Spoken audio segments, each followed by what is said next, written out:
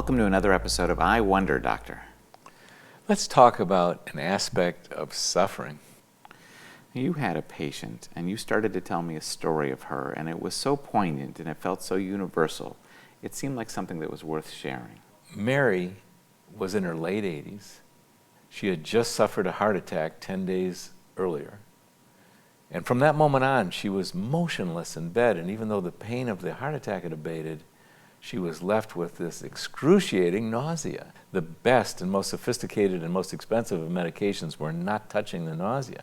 I greeted her by saying, "How are you feeling, Mary?" And she said, in a way that I won't be able to replicate, she said, "Sick." And ooh, did I hear that word, sick. And out of my mouth came, "Sick unto death?"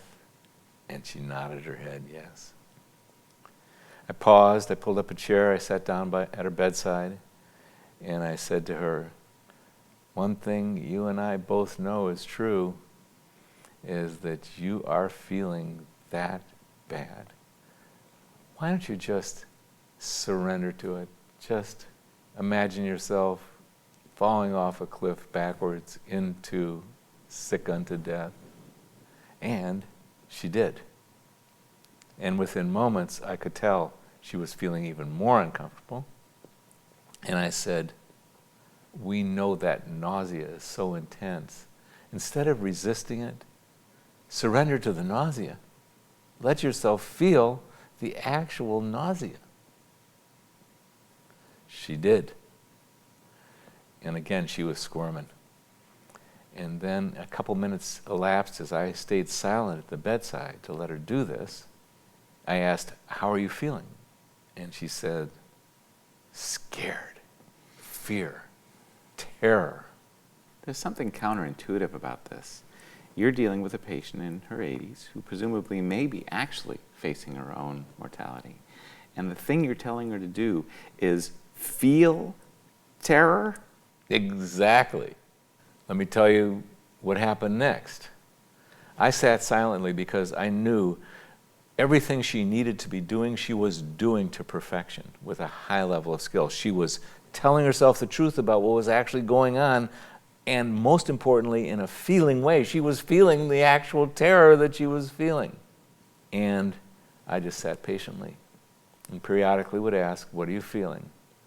And then, at a certain point, about 10 minutes into that visit, I see this. A sigh of relief, I could hear it. Now, I stayed silent for a little bit. And then, after a couple minutes, I asked, "What are you feeling?" And Mary said, "Wow, I feel a little better. I feel relief." I said, "Good, Mary. Since the tool is recognize what you feel and feel it, feel the little bit of relief, along with, if you have any residual fear, just keep feeling exactly what's there."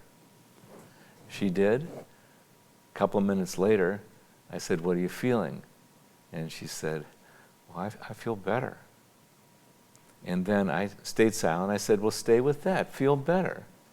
And then all of a sudden, she sat up. For the first time I'd seen her in 2 days, she was startled. She said, "The nausea is gone." That was the most significant thing to her.